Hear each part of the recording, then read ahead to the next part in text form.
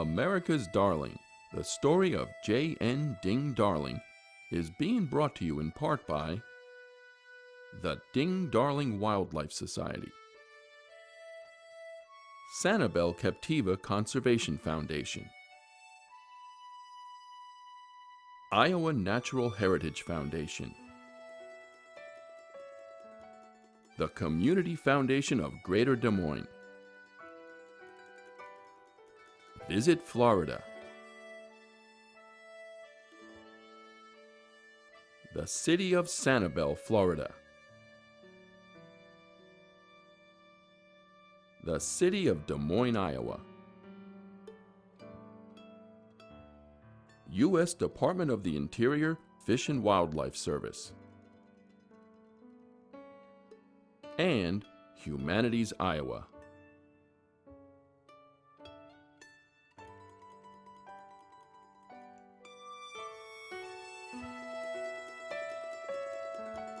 I remember as kids saying, "Ding Darling, Ding Darling." It's a name that resonated as a source of creativity and ideas. It's kind of a musical name.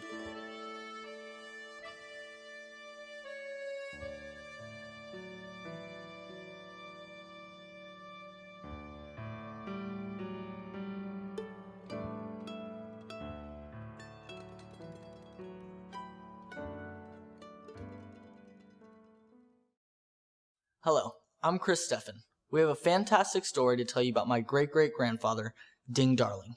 You see, Ding was a nationally known cartoonist who changed America by influencing presidents, shaping our landscapes, and winning the hearts of so many. But first, let's take a quick look backward.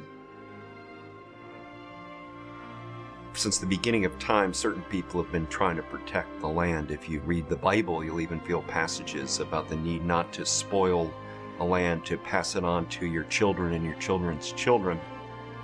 The modern conservation movement begins in the 19th century, really with the Transcendentalists, with Henry David Thoreau writing Walden's Pond, Emerson's Essays on Nature, and that merged with things like the Hudson River Valley painters and with aristocratic hunters that wanted to make sure game was saved. But the modern sense of the conservation movement really takes hold after George Perkins Marsh writes a book called Man and Nature.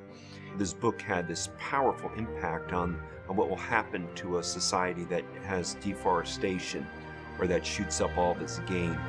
It's Roosevelt's ascendancy to power in 1901 that put conservation as the #1 issue. He said to protect our natural resources comes before a big navy, comes before trade. It's the #1 goal in the United States is to protect our land from ruin. And at that point on, the conservation movement caught fire.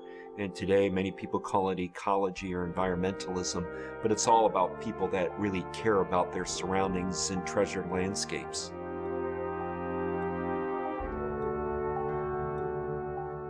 Ding's real name was Jay Norwood Darling. Ding was his nickname.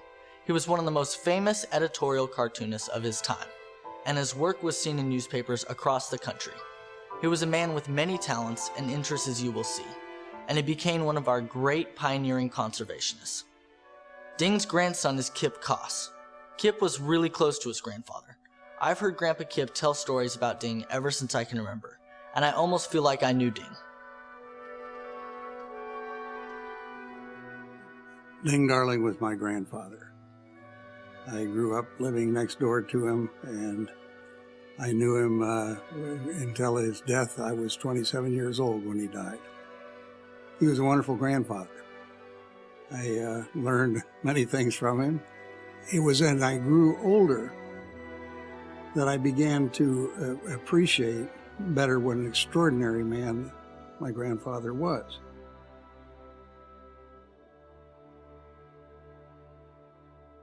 Jay Norwood Darling was born in 1876 in Norwood, Michigan, so you can see where his middle name came from. His parents must have felt close to the people of Norwood to give that name to their son. Ding started drawing when he was a boy. His artistic ability was apparent as he drew this at only 8.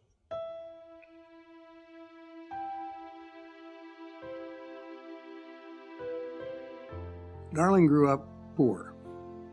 His father was a preacher. Preachers didn't make much money. In my young eyes, my father was a wonderfully gentle and kindly man. He too had wanted to be a doctor, but the call to the ministry had prevailed. They were educated people. His mother also had a college degree. Now, in the late 1800s, that was unusual. So Darling grew up in that environment. Darling never had any formal instruction in drawing cartoons. He always had a sketch pad with him, and he always was drawing. As a grammar school student, given an assignment to draw a picture of a fish, he would keep at drawing that fish for the next week, no matter even if the paper was turned in. He also was helped by a photographic memory of almost anything visual. He had that ability to retain the outstanding characteristics of the subject. And in effect, they were caricatures. But they were such fine caricatures that they stood out, and you recognized immediately what he was drawing. They ended up moving out to northwestern Iowa, which is the Sioux City. But many people don't realize that Sioux City was the Wild West. And he grew up hunting and fishing, exploring, having a Jim Bridger kind of outdoor life. And it never forgot it. He once famously said about his childhood in Iowa that if only that could have been saved, if somebody could have filmed it all and shown it to people and then show what it looked like years later, they would become conservationists. So Iowa never left him. Ding Darling ended up meeting kings and queens and befriended presidents and traveled everywhere in the world. But he was an Iowa farm boy who loved the outdoors first and foremost.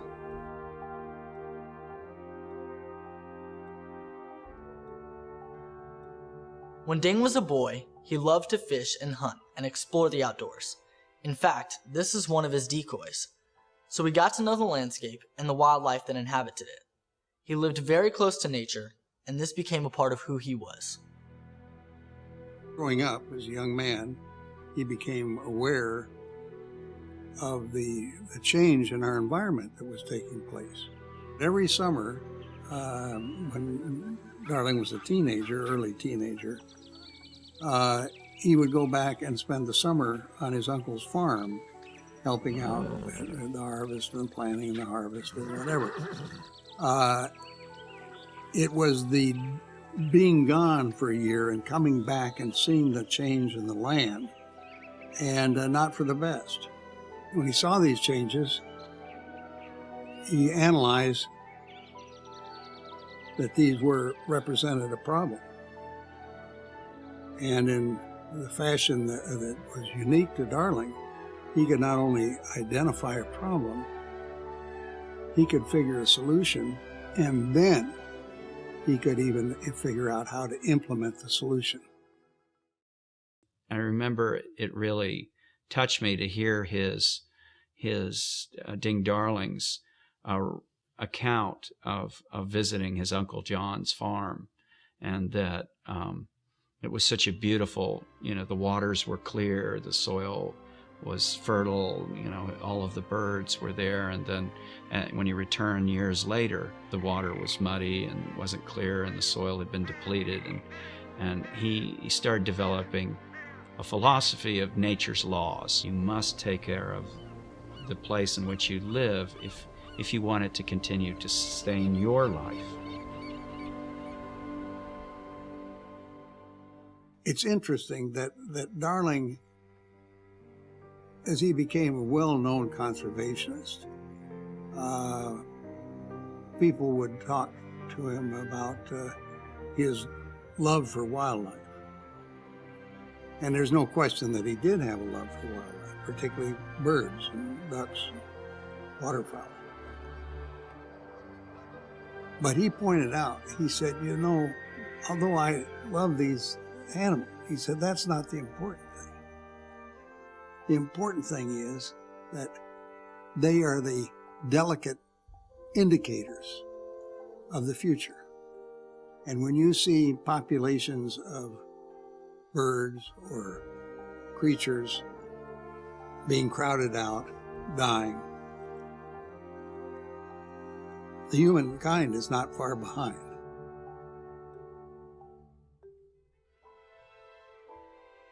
Ding went to college with the plan of going into medicine.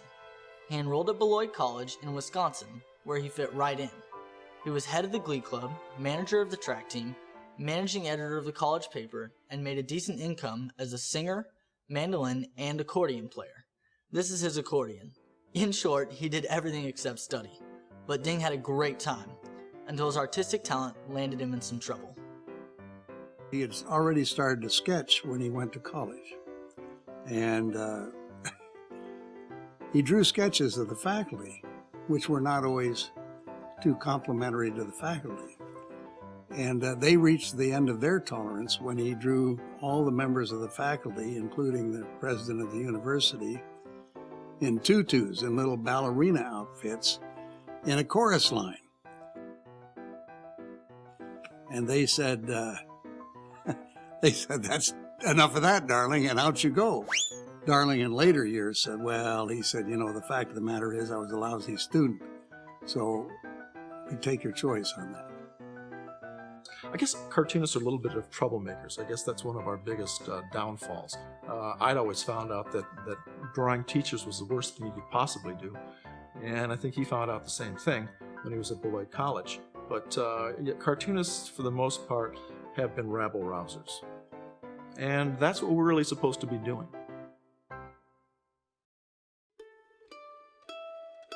It had not been easy for my family to send me to college, and the shock of that fall from grace had been sudden and painful. I didn't even bounce. The view from where I landed after that catastrophe was not propitious, and running away with the itinerant opera company had not helped any. That summer I had learned to know just how a dog feels when he returns home with his tail between his legs.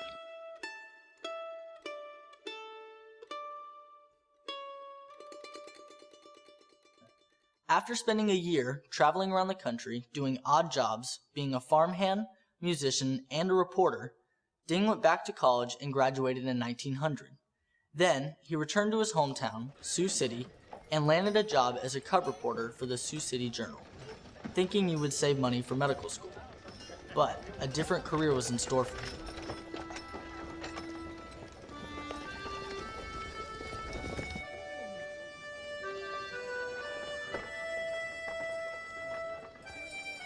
He got a job as a reporter for the local newspaper. One of his first assignments was to go cover a trial of a famous citizen, or well-known citizen in Sioux City. Being a good young reporter, he took his camera along to not only record a picture and to accompany the article. When the well-known person saw the camera come up, he just went berserk. And he chased after Darling with waving his cane and threatening Darling, and Darling didn't get his picture. He goes back and he draws a picture of this fellow, menacing with the cane.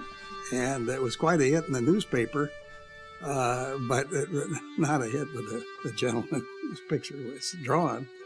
And Darling got his start as an illustrator in the Sioux City Journal, which quickly went into a series of being editorial cartoons. It would recognize very quickly what the talent he was. He was drawing not only irate local citizens, but he was drawing politicians, presidents, subjects of discussion in the current day. And from that time on, I was completely immersed in the exciting environment of newspaper illustrations and cartoons. So it was that I became a cartoonist by accident of circumstances and not by design. After working at the Sioux City Journal for a few years, Ding took a new job at the Des Moines Register. His cartoons were front, top, and center every day, like here in this 1940s Des Moines Register. And not just in that paper. His cartoons were syndicated and appeared in more than 100 newspapers across the country. He started drawing in the early 1900s, way before radio and television, to the late 1940s. So newspapers were really the major source of news and information for people, and they loved Ding's cartoons. He even won the Pulitzer Prize, twice, once in 1924 and again in 1943. The main paper in Iowa was the Des Moines Register, and the owner and editor asked Darling, gave him a job offer. So he packed up his wife, and off they went to Des Moines, where he started a very fine career. The publisher at the time, Gardner Coles, told him that he had complete freedom, complete editorial freedom. The newspaper was fairly liberal at the time, and it still is.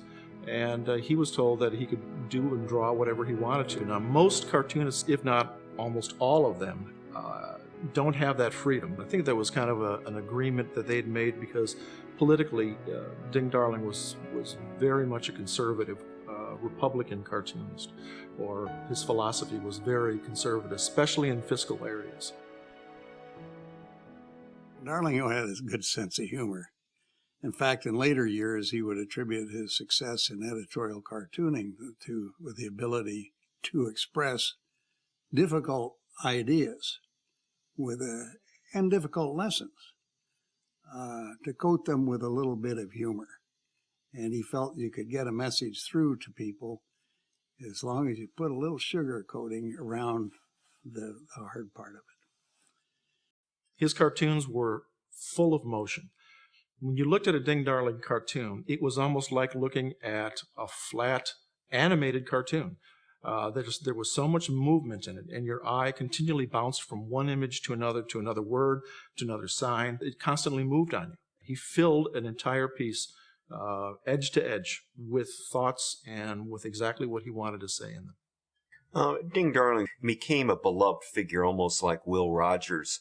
Just people loved Ding Darling's humor and loved reading his very biting political cartoons. In the pre-television era, the cartoonist had a lot of power in politics because people would read them in newspapers, and that's what people would talk about. In fact, most Americans would go right to the cartoon, which seemed to sum up the political situation. I would say Darling was our nation's best cartoonist, and he also happened to have a conservationist fervor in it. The issues he was concerned about: endangered species, human destruction of wildlife, protecting marshes, prairies, wetlands, all these areas that are very vulnerable in the Midwest. His images really convey the conservation message, and it's timeless. I think his entire total, when he was done, was well over 16,000 cartoons. And if you think about that, that's a lot of cartoons. And it's one a day, and the amount of work that takes to come up with those ideas and to be able to deliver them the way that he did was a phenomenal accomplishment. Darling drew really for half a century. He covered about everything you can think of. At least 7 presidents, 2 world wars, drew through the time when women got the vote, drew through the early civil rights problems. And what's amazing is, to this day, those cartoons that he drew almost, in some cases, a century ago, they're just as true and important and the same problems we deal with today.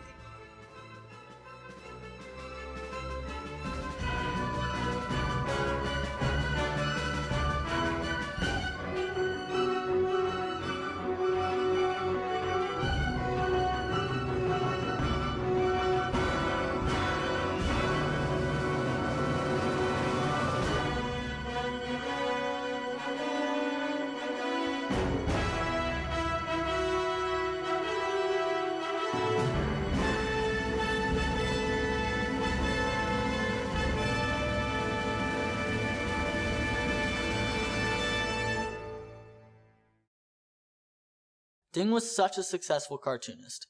He was always getting offers to work for other newspapers around the country, but he loved his job and he loved Iowa, and decided to stay in Des Moines permanently. He moved into a gorgeous house with his wife Penny and their 2 children, John and Mary.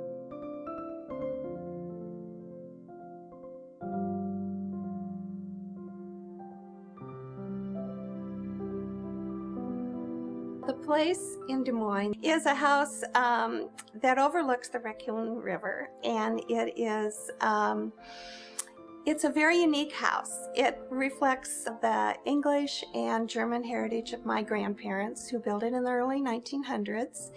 It's kind of Tudor looking, absolutely charming, and the people who lived there after my grandparents included the Darlings, and the family that lives there now has been there for over 50 years, and I think they treasure it for all of its pluses, including the fact that Ding Darling lived there and added a very wonderful room, a 2-story library to one side of the house. The house had been for sale for about 4 years, and my husband made an offer to buy it, and to buy it with the contents in it. It was a big house to furnish. So I think that's how we ended up with so many things that belonged to the Darlings. Ding Darling used to come over here, and that's how I got to know him fairly well. I think he was appreciative of the family was going to be living in his house. I think when you talk about the house, I think the house is very personal. And he did the 2 light fixtures, designed those and had them made. He obviously was a very creative man. There are a lot of secret places in the house that he, I think, enjoyed having my sons discover. He didn't point out where any of them were. And of course, he did his drawing in Monk's Corner. I grew up in Ding Darling's house, and has always been a name that has echoed throughout my life as somebody who really I was surrounded by. It's a name that resonated in my mind as a source of creativity and ideas. I think part of what I learned from growing up in this house is possibility. That you can draw, you can paint, you can work with wood, you can do political cartoons, political humor, all of which is a world of great possibility. And imagination everywhere. I mean, this house has secret passages, which of course as a child it's like opening into a realm of fantasy and magic, so that half of what you imagine is already there.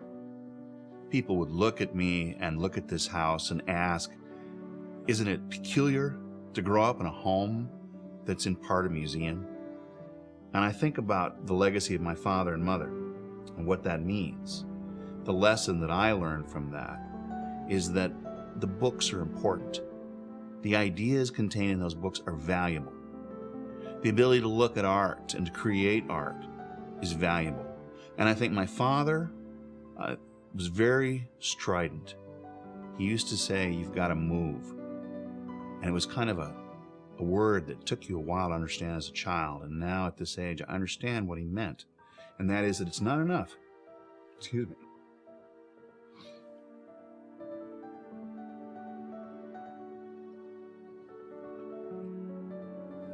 Excuse me. That it's not enough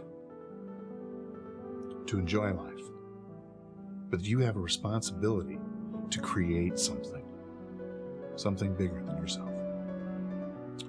I think that's his legacy, my family's legacy, and Ding Darling's legacy.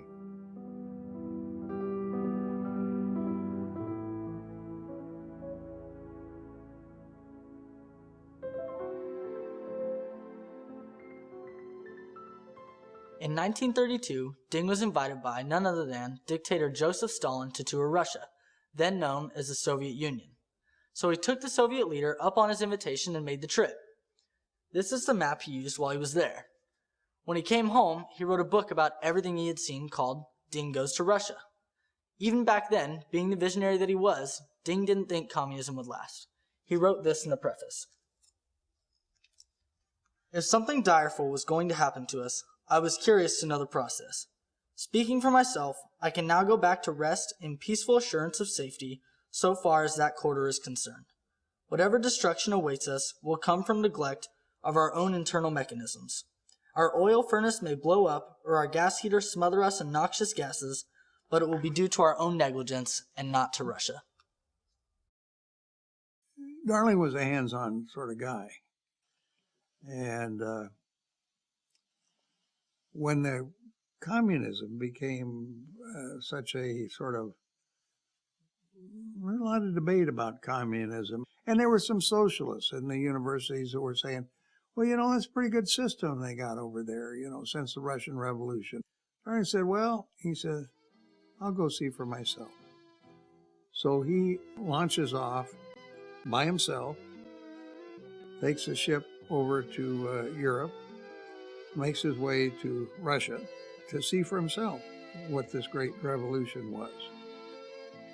And he was invited by Stalin to go out to Stalin's country place to have lunch.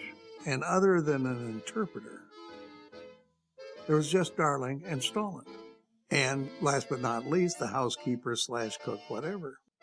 She barked a couple of words at Stalin from halfway across the lawn. After a brief exchange, Stalin turned to us and said, quote, "We have lunch now." According to Darling, the gal who was the chef ran the whole operation. Told Stalin when they were going to eat and where to sit, and that was it, and get with it.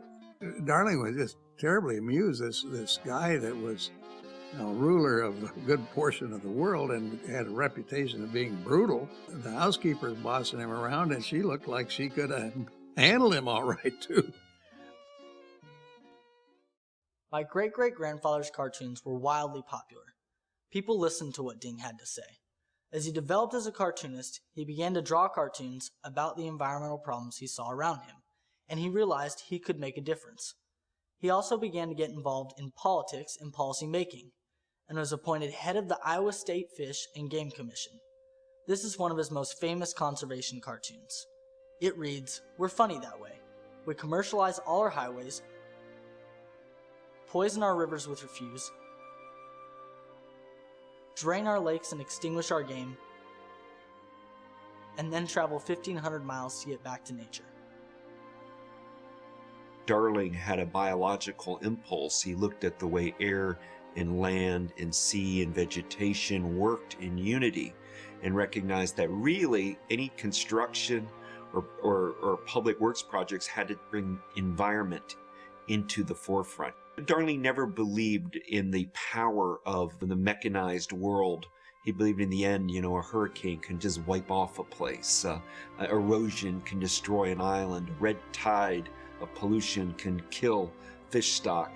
So he is somebody who believes in the greatness of America in a kind of Republican way, Ding Darling, but also recognizes that the protection and caretaking, stewardship of the land and seas and rivers, lakes, was going to be essential if America was going to stay a great power. You couldn't gouge all resources for one generation and leave a depleted, apocalyptic landscape for the next generation.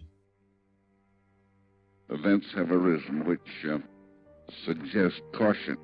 You remember about 5 years ago that we had what was called an infestation of what was called at the time a red tide. It isn't red and it isn't a tide, but the results are terrific.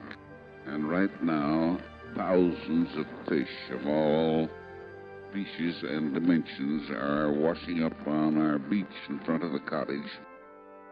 Now, when you start reading his correspondence, you realize what a fine writer he was and how he could get a meeting with anybody. There wasn't a U.S. senator, no matter whether you're Democrat or Republican, that wouldn't want to have a lunch with the most famous cartoonist. I mean, Ding Darling was a marquee name, and when he started addressing issues of protecting waterfowl or wildlife habitat, a lot of Americans said, yeah, I'm standing where Ding Darling's standing. Darling had a very practical side to it. What he was interested in is that we use our resources wisely. He just hated to see them squandered. Darling traveled all over the Midwest to spread the gospel of conservation. It was with that background that Darling was invited back to Washington to become chief of the U.S. Biological Survey, which was the forerunner of the Fish and Wildlife Service. This was under Franklin Delano Roosevelt, and Darling was pretty much a rock-ribbed Republican, and of course Roosevelt was a Democrat. Darling sort of dismissed the motivation for asking him back to Washington. He said they probably got tired of reading my cartoons and were trying to take me out of action. I think they thought that'd be handy to get me out of business for a couple of years. When he came to the Biological Survey in 1934, he was primed to go. He had a vision. He was going to be there a short time, see it enabled. He didn't care who he stepped on to do it. He was passionate about it. And so after 20 months, he was largely successful. And he actually transformed the whole agency. He professionalized the agency, he reinvented the agency, and he gave them a new esprit de corps and morale that really carried him through the next 70 years. I look back at those 2 years with more satisfaction than anything I have done in my life. It was to apply the practical principles of conservation to the wasted lands and water resources of the country that I took time out from my daily routine of cartooning. It has always seemed to me that I accomplished more visible good in that 2 years than all the cartoons I made over the 50 years of my active newspaper work. There are 556 national wildlife refuges across America, and they make up more than 150 million precious acres. This is land that is preserved in its natural state so people like you and me can go and enjoy nature.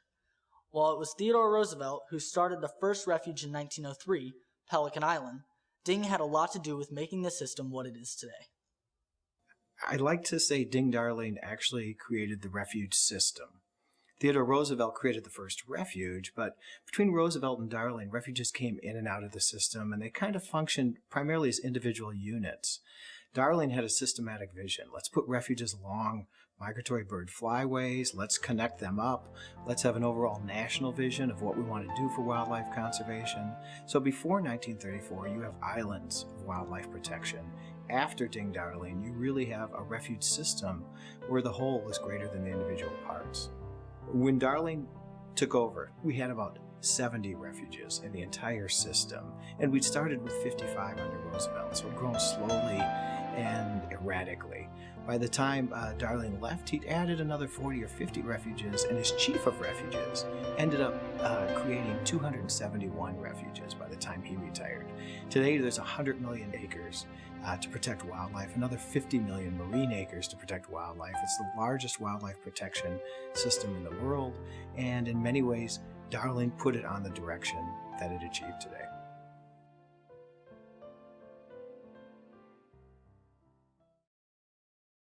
Have you ever heard about the duck stamp program? Seen a duck stamp?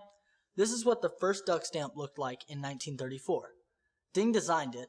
Actually, he got the whole program started while he was in Washington.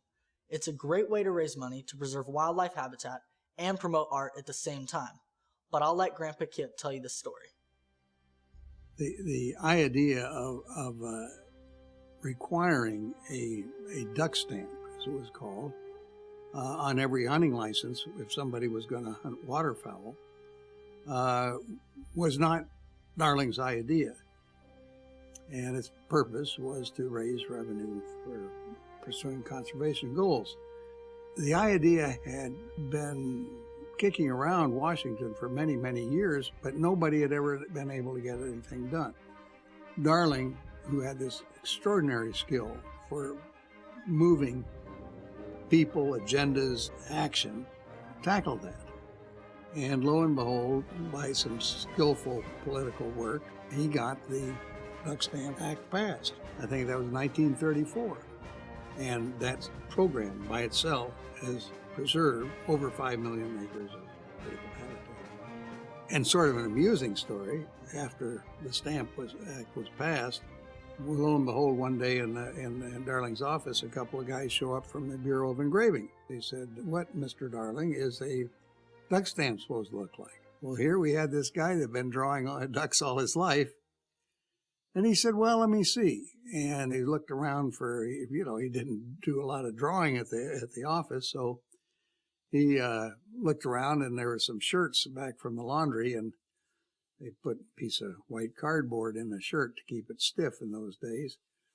And so he goes over the shirts and he pulls out a couple of pieces of cardboard and he brings them back to his desk and he goes like this and draws this picture or two. And he said, well, you know, something like this. And then he looked at his watch and he'd gotten distracted with the drawing and talking about it, and he was way late for an appointment. He said, I've got to run. So he whips out of the office, leaving these two guys behind. And he gets back after lunch. The two guys are gone, and so is the white cardboard. They took that back to the Bureau of Engraving and used Darling's image to create the stamp. Sort of interesting.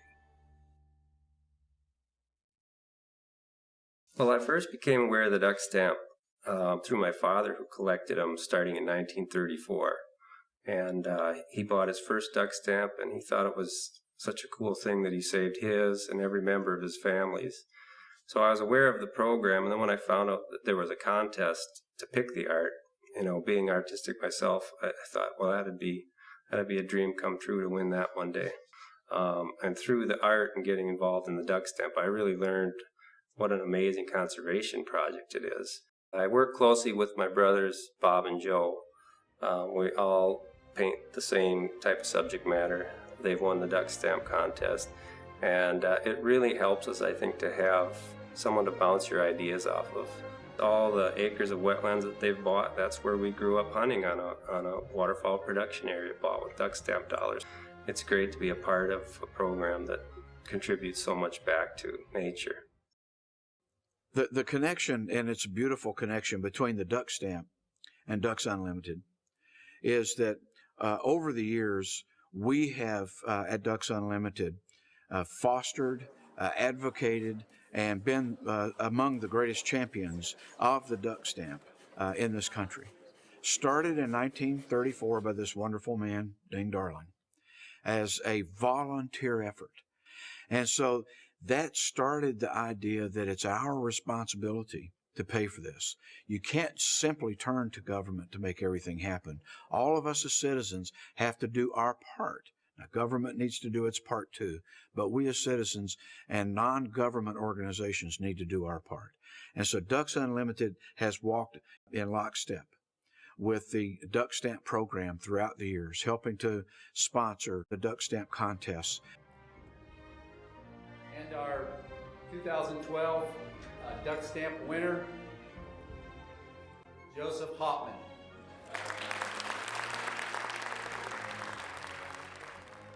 Ding thought education was an important part of saving the environment, that scientists were necessary to get accurate information to policymakers. He really took things into his own hands to get an environmental science training program started in Iowa and then across the country. Today, the Iowa Natural Heritage Foundation awards the Ding Darling Scholarship to students in the original program Darling started at Iowa State. Ding Darling's passion, his compassion, and his absolute dedication to not giving up, to make things better, just instilled that excitement and energy in people around him. He was the leader that created what we now know today as the Cooperative Fish and Wildlife Research Units, and they are housed in universities across this country, and they are partnerships between the university, the State Fish and Wildlife Agency, and the federal government. A true cooperative partnership. He started that. He brought science into the decision-making in a big way. He came to Iowa State University president in 1932 and said, I will put up $3,000 a year for the next 3 years if you will match it, and I will get matching funds from the Iowa Conservation Commission. And so that deal was struck. Darling convinced Congress to have a program similar to the one at Iowa State as a national program. And so they agreed to form 9 new units in 9 different land-grant schools and in 9 states. Today there are 43 units in 40 states. And those units have turned out literally hundreds of scientifically trained wildlife and fisheries biologists who have assumed their roles in various state organizations and national organizations. both public and private. He had a way of twisting people's arms, and he was a mover and a shaker. He just was a person who wouldn't say no, I guess, and just kept moving people to do things that he felt were important. And that's one of the great things about him. You know, there's a story I think I've heard that David Lynch talked about in his book, that the bill that established the unit program, they weren't sure that Franklin Roosevelt would sign it, so they waited until he was on the verge of going on a fishing trip. And they took him the bill, and he quickly signed it without reading it. So there are all kinds of techniques that one can do in order to get what you want. And I think that Darling was especially good at that. The Ding Darling Scholarship is awarded by the Iowa Natural Heritage Foundation to students who have demonstrated scholarly achievement and the ability to communicate a conservation ethic. In my case, I had published several papers and had written some non-technical pieces as well about conservation, mostly related to waterfowl and wildlife. The Ding Darling Scholarship has definitely made it possible for me to continue my studies, not just monetarily, but also through helping support my research as well. It's definitely been hard to go to school and raise a family and continue performing research. And that Ding Darling Scholarship has definitely made that possible. Ding's involvement with clubs and groups didn't end with college. He belonged to the Isaac Walton League, one of the country's original conservation organizations, helped start the Men's Garden Clubs of America, and later, after he had worked in Washington, started what is now the National Wildlife Federation. The National Wildlife Federation has grown into a large national organization that really reaches out to kids as part of its mission. He knew that his time in government was short and that he really needed to have an organization to give voice to wildlife. And so he convinced the President of the United States, FDR, to call the first National Wildlife Conference. And it was in that conference that he formed the National Wildlife Federation. Darling sent out invites to sportsmen and other conservation leaders across America to bring them together to this conference. In launching the National Wildlife Federation, had told the assembled delegates that 1,000 stallions unconnected could not move a baby carriage. And it was his way of describing the fact that all these conservationists, well-intended as they were, if they weren't willing to connect to one another, weren't willing to be a part of something bigger, that they weren't going to be able to even move a baby carriage. And so it was a very poignant description of the moment that he was seeing in front of him. And that was true. People cared, but they weren't connecting their cares to others who also cared.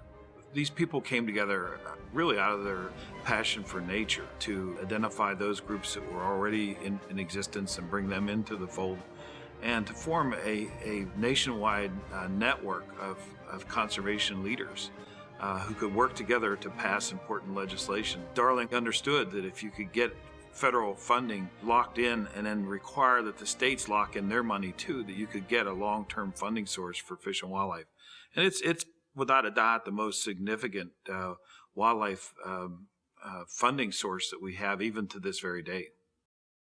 The National Wildlife Federation honors the memory of Ding Darling each year with the Ding Darling Award. It's for people who have demonstrated outstanding achievement in the field of conservation and environmental protection, and particularly those who have a love for nature and who express that through their works. In 2011, National Wildlife Federation honored Robert Redford for his lifelong achievement in the field of conservation. You know, Redford has demonstrated throughout his career that he cares about nature, and he's never been timid about expressing that passion that he has for nature. Ding first met Herbert Hoover during World War I, and they stayed friends for life. The Darling family were even overnight guests at the White House. This is a thank you cartoon they sent to the president.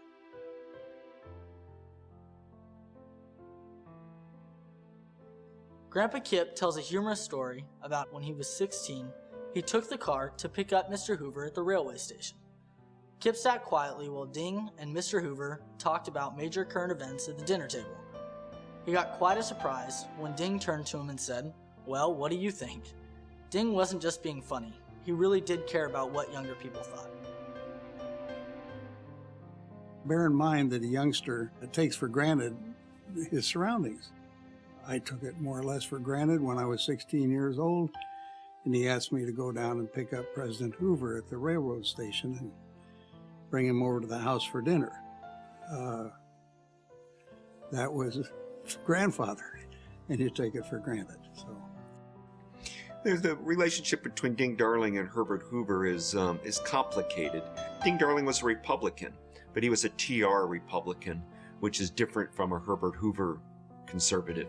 And so they had a mixed relationship. I think on the integrity level, he admired Herbert Hoover, but was always disappointed that Hoover didn't get conservation enough.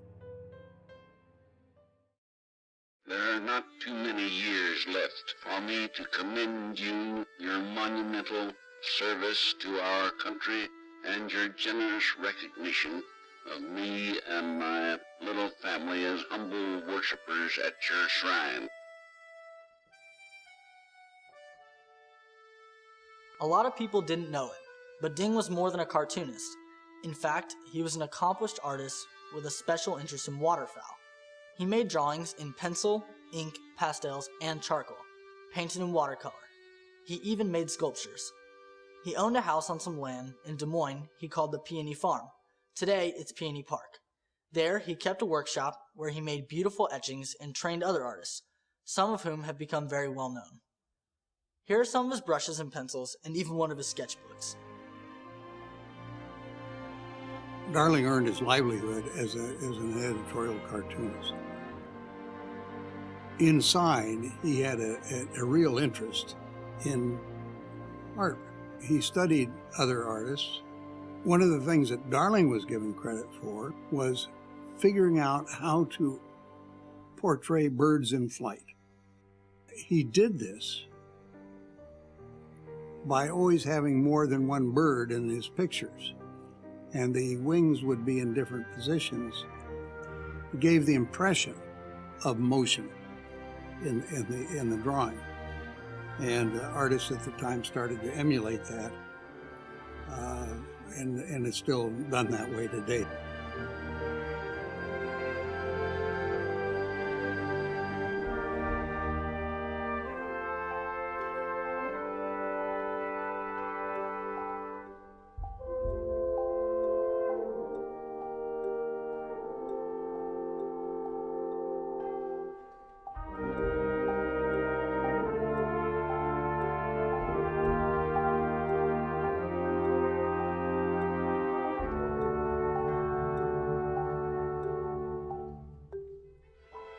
I was 18 years old, and a friend of Ding Darling's knew me and said, "I want you to go see Ding." She sent me to his office at Des Moines Register and Tribune building, and I went up with some paintings, and I was quite timid and scared, and when I met him it was even worse because he had a gruff exterior and a gruff voice.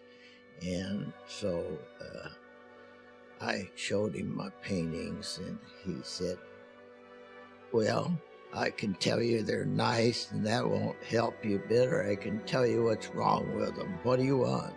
I said, "I want to learn." So he said, "Let's get to work." And work we did. I had great respect for him, and of course his interest was in the same fields as mine, with wildlife and particularly waterfowl. He gave me confidence to continue my work, and it wasn't always easy. And he told me once, he said, "If you would concentrate in making 5 sketches a day of anything, a chair, doesn't matter what it is, just make 5 sketches a day for 5 years, He said, by the end of 5 years, you will be an accomplished artist. So what he was telling me, it was practice, practice, practice. And years later, he said, I can't help you anymore, Maynard, because you're beyond what I can do to help.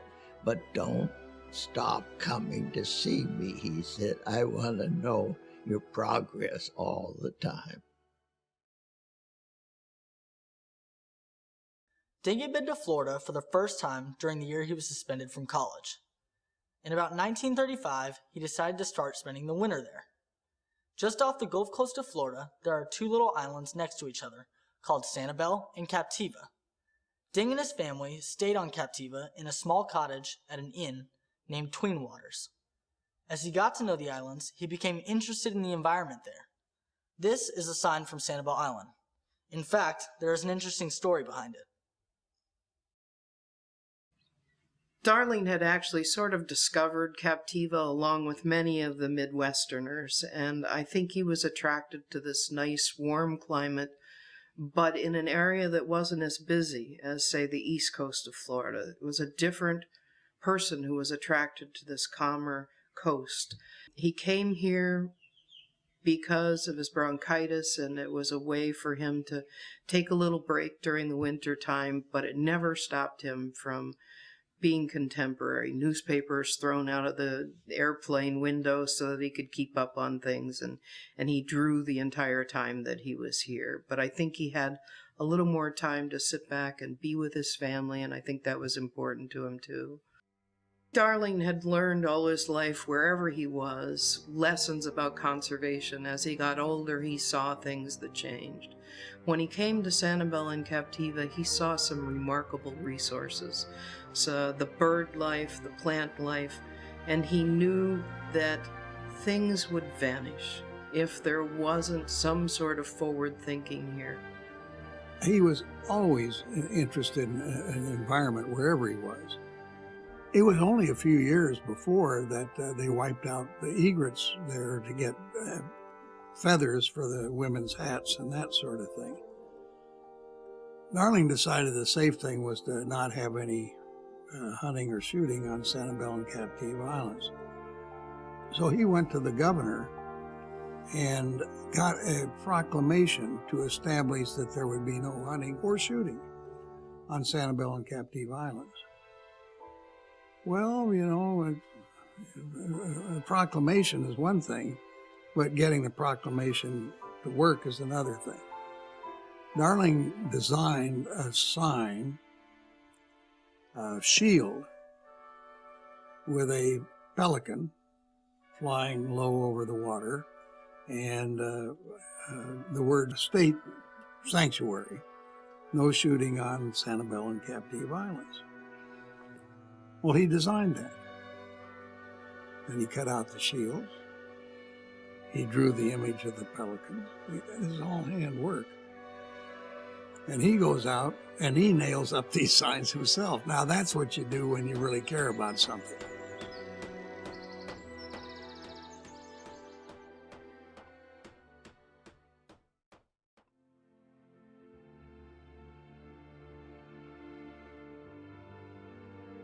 I've heard Grandpa Kip tell stories about the fun gatherings at Ding's Fish House.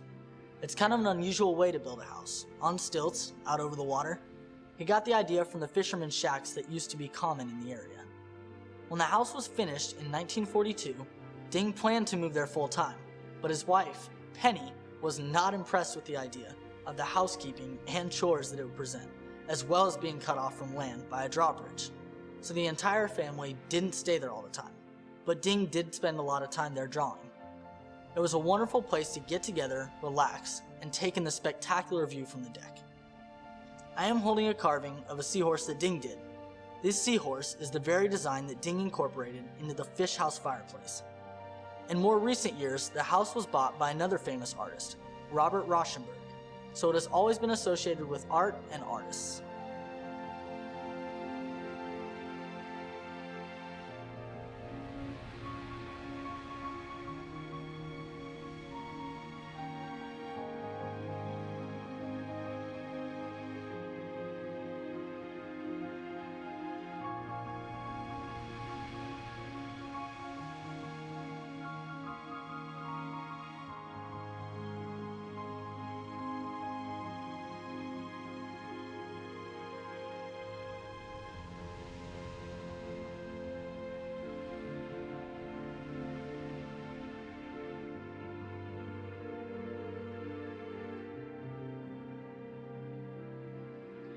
Darling was kind and gentle, and people made the comment that he made them feel good. He made them feel good about themselves, and then he was singing and he was, laughing. And I think that was being conscious of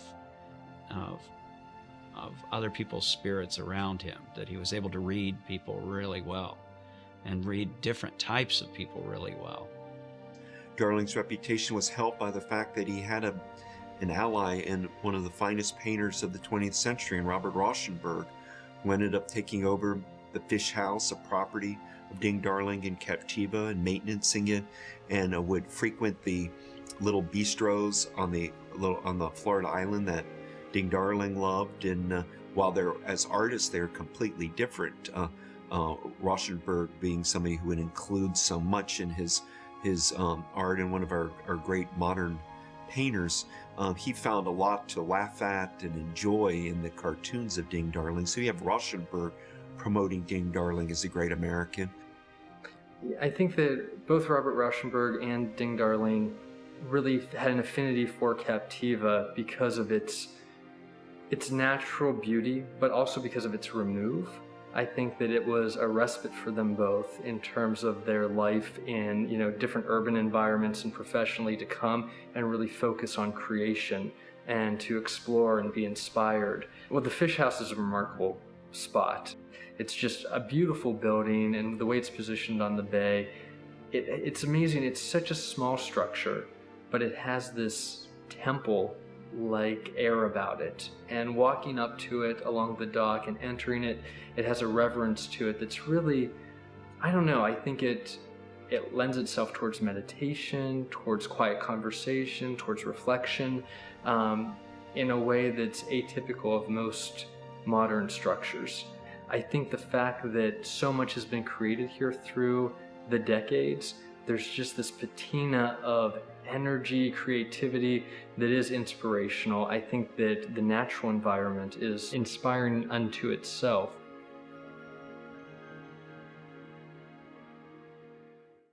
There is a national wildlife refuge on Sanibel Island named after my great-great-grandfather. You see, although he didn't like to take credit for it, it really was his idea. He found out the state of Florida was getting ready to sell a large piece of land on Sanibel Island to developers for 25 cents an acre, so he came up with a plan. Today, the Ding Darling National Wildlife Refuge is made up of over 6,300 acres. More than 700,000 people from around the world visit each year to learn about Ding's legacy and experience this pristine wildlife habitat. They came right up to us and then turned in a beautiful flaring turn, not 100 feet away from us. That's more roseate spoonbills than we've ever seen all at one time on Sanibel. Darling was horrified with the idea of Sanibel and this area that was so critical for migrating birds to be turned into concrete and aluminum and glass. So he put together a little outfit he called the Captiva Sanibel Conservation Group, and they put in a bid for 50 cents or 75 cents or $1 an acre to compete with the realtors. That was a delaying action, really, because simultaneously Darling went ahead, contacted his old friends in the Fish and Wildlife Service, many of whom he had mentored, contacted the governor of the state of Florida, and Governor Holland really responded quite positively to Darling's message. They took the land off the market. After achieving a delay in the sale, albeit in a temporary delay, Darling swung into action, and he advocated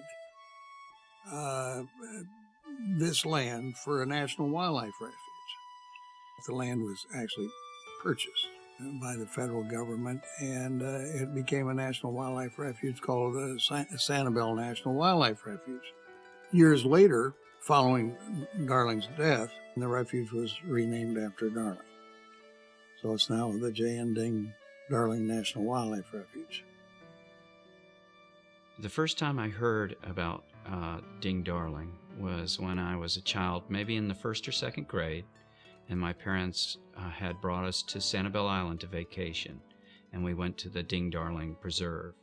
And it was kind of, for a child, the name Ding Darling kind of was something that bounced off your lips. And I remember as kids saying, Ding Darling, Ding Darling. It's kind of a musical name. I would learn more about him in the years to come. I think Ding Darling knew how important and precious Sanibel and Captiva Islands were. People get that connection when they come to the islands. When you drive onto the island, it's kind of like, I'm home.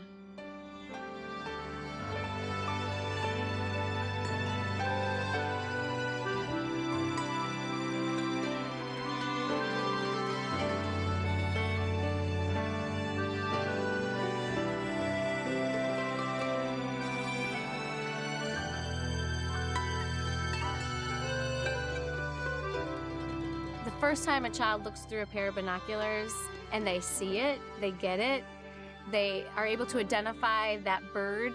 We call that a spark bird. Hopefully that sparks the knowledge to continue to bird and see other wildlife. Visitors, after leaving the Ding Darling Refuge, I hope that they all get a piece of Ding Darling and get a piece of why this place is so special. We try to do that every day with our staff and our volunteers and the Friends group, and everybody's always connecting with them.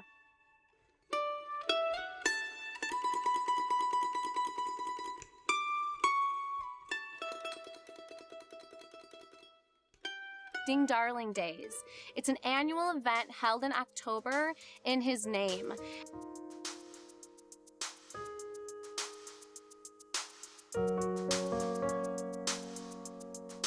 It's a great time for everyone.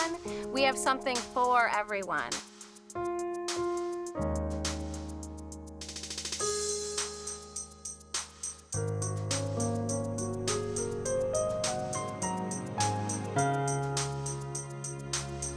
There's always something different to see. Every day is unique. All of this in Ding's honor. Not only is the duck stamp contest going strong, there's a junior duck stamp contest as well. It was started in the early 1990s in a Sanibel, Florida school by teacher Jay Boswell, and now it's gone national. It's a great chance for kids to develop their art skills and learn about nature at the same time. This is a painting by Jefferson Jones from Florida. With stiff competition, he's won the Florida Duck Stamp Contest 3 consecutive times now. In 2012, there were over 1,600 entries. Ding Darling understood that children were a part of the overall equation for nature, but he also understood from his own life experience that you need to start in nature. You need to have that natural connection that kids forge when they are spending time either fishing, hunting, or hiking, or just being out of doors. And as we lose those important connections, we have less understanding and less appreciation of what our duty is as stewards. It used to be that everybody could read The Hand of Nature, that was the last thing you would teach in school. Now, when nobody can read The Hand of Nature, we've got to make sure that it's being taught, not just on Earth Day, but on a regular, in the schools, and that's where you create the new generation of future environmentalists. That's why the great program isn't that Ding Darling did a duck stamp.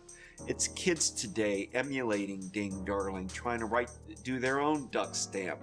That's what's exciting, of bringing in the new generation and let them know that they too can be a hero of conservation in their life.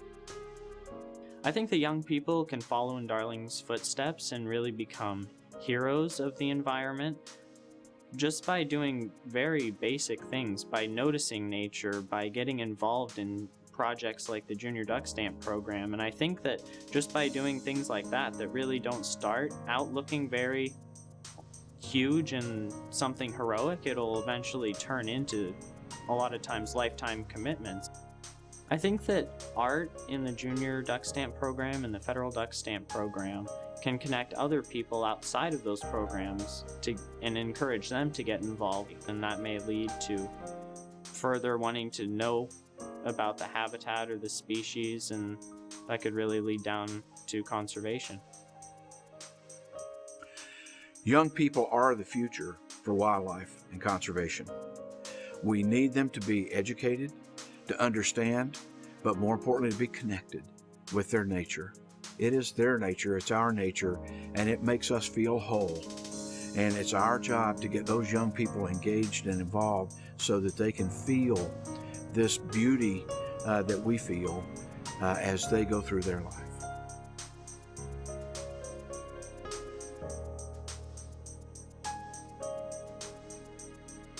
Ding left us with a fantastic legacy that is protecting the environment on so many levels. But it's really up to us to carry on his work and not lose that legacy. Darling was not a biologist. He was not a scientist. He was not a traditional environmental scientist. Instead, he was an artist. And you can protect nature oftentimes more effectively through literature, through art, through cartoons. And people should realize there's a humanistic aspect to the conservation movement that should also entice them. I think that Ding Darling really was a Renaissance man. And this is why I say that. He didn't just stay with the profession that he could have made millions of dollars. He branched out. He wanted to have a voice that was going to be crossing over and having an effect in various areas. But he also wanted to affect public policy. When people think about conservation, they may think in terms of a pendulum swinging one way or another to extreme. And the reality is that we have a limited number of resources. And I think Ding Darling called it betting on the jockey and not the horse, that if you don't pay attention to the natural resources that you're using up and not finding a way to sustain those resources, that you're going to find yourself in a position where your very capital of your investment is gone. And I think that's the message of conservation. You have to be conservative in the use of these gifts that have been given to us in this planet and make certain that it's sustainable for future generations. Our wealth is based on natural resources, and if we aren't conservative about them, our wealth will vanish.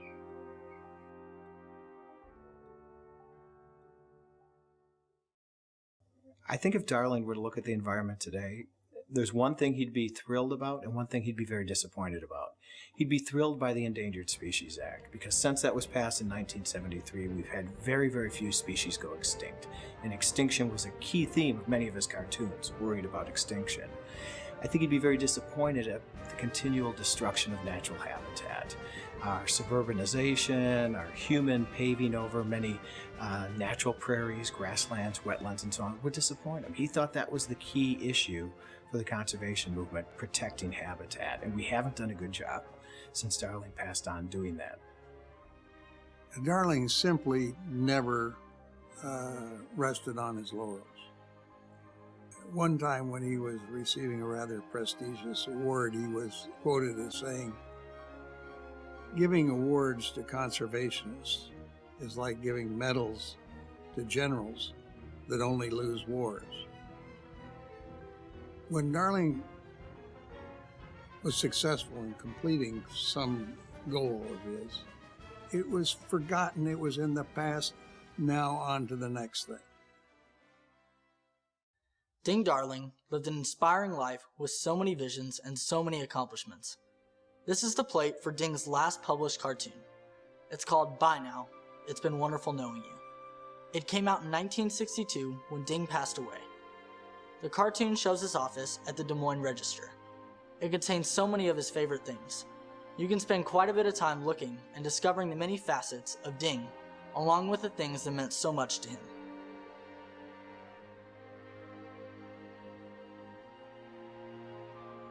Ding Darling saw things long before others did. For example, in 1949, he did a cartoon showing the world in an energy crisis. So he saw what was ahead for wildlife. He saw what was ahead for humanity, and he was passionate about giving voice to those insights that he had. And there are people in life who can see further ahead than others, and those are leaders. What makes people follow is their belief in the leader. And Ding Darling was able to instill energy and excitement and an absolute passion to get the job done in everyone he was around. And I believe that's why Ding Darling was so influential across this great land. Ding Darling was a successful man and an influential man because he found a way to do what he wanted to accomplish. He never got turned away. He would go left, he'd go right, he'd go over.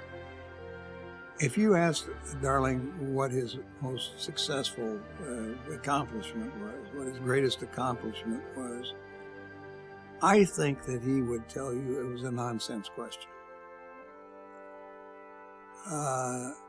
He just didn't believe there was any end to the things that needed to be done. It's just remarkable how many contributions this guy made, and hopefully he will be an inspiration to the younger generations coming on, because you can, as Darling believed, you can accomplish anything you want as long as you're willing to work hard at it and keep at it. I'd like to thank you for letting me share Ding's story with you. And oh yes, thanks Grandpa Kip for sharing the memories. But before I go, let me ask you, where do we go from here? What do we need to do? Who do we need to become? The restoration of at least a little of the natural environment destroyed by man's unwise management will, I believe, stand forever and set an example for future generations. Ding Darling is an American individualist. He doesn't belong to any society ultimately. He just marched to the beat of his own drum. I feel Ding Darling singing a lot of American songs, a lot of Americans who've gone out into nature, who've gone out into the woods hunting, who've sat out in the woods, who've gone out and felt the great peace and beauty of being outside. They know that what he's saying is true. Somehow we've forgotten that we're all Americans.